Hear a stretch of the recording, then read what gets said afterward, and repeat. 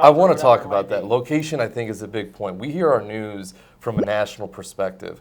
But if you talk about Westchester Liberty or even the Midwest, but let's stay with Westchester Liberty, this is a desirable place to be. Our school system is now, when I first got into real estate, everybody that was coming up, young families from the Hyde Park, Mount Lookout area, oh, we got to be in Mason.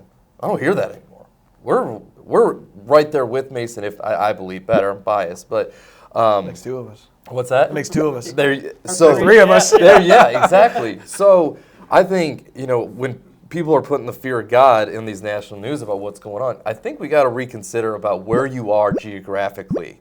We're in a cheaper place to live with excellent school systems, and there's just a desire to be in an area where we are. I've got some numbers, Justin, that I wanted to throw at you and even Steve, but I mean, think about this. This was 2021. We were an average sale price of 102%. Okay, that means if your house was listed at 100,000, you average sale was 102. Wow. We had average of 17 days on market, and this is the Westchester Liberty area. Go up to 2022, and we were at 101, 102 between Westchester Liberty, both averaging. Westchester's around 350. Liberty Township was averaging around 450. So let's go, then I took it one step further to fourth quarter, okay? We were really starting to talk about what was going on with the economy and everything else in the fourth quarter. So the fourth quarter for Westchester, 99% home sale price, only 15 days on market, $373,000 average sale price. Liberty Township, 99%, $446 average sale price, 33 days on market.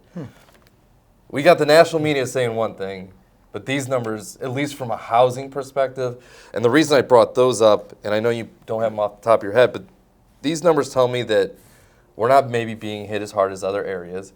But what about loan applications for you? They're definitely down, obviously. And I kind of wanted to add what you were talking about as far as like layoffs and things like that. The real estate and mortgage market, as my CEO put it at our Christmas party when he was kind of doing his speech, it's kind of the canary in the coal mine, right?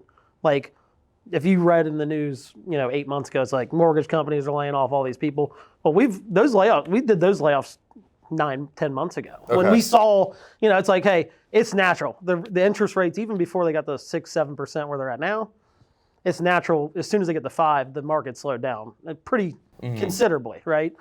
But now it's kind of plateaued, and we're kind of seeing, like you said, we're still seeing it. And it is definitely geographical, right? Like, this area is probably going to be better off as far as not seeing it slow down. When someone relocates or is maybe even relocating within a city, they're going to look at Westchester, Liberty Township, your Masons. Yeah. They might not be looking, and nothing against these areas, but they might not be looking in like Corrine Township or Green Township or something like that. So, because it's, it's a desirable place to live with where you're kind of located at. So, but yeah, that's kind of my take. But applications are obviously down, and because you don't have that bucket of people that are like, hey, we want to move just to move, like we had during COVID when it was crazy. That bucket's definitely smaller, which is obviously going to make the application numbers go down.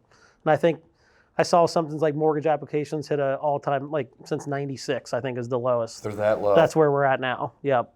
But again, when you take away, what I would consider almost half the housing market as far as people that are like, you know what, I don't have to move right now, especially millennials, right? Most of them, they might not even have kids. They're like, I'll just rent for another couple years and maybe the prices will come down or interest rates will come down a little bit. They kind of can wait that out. Whereas, I have a friend that's expecting a second kid.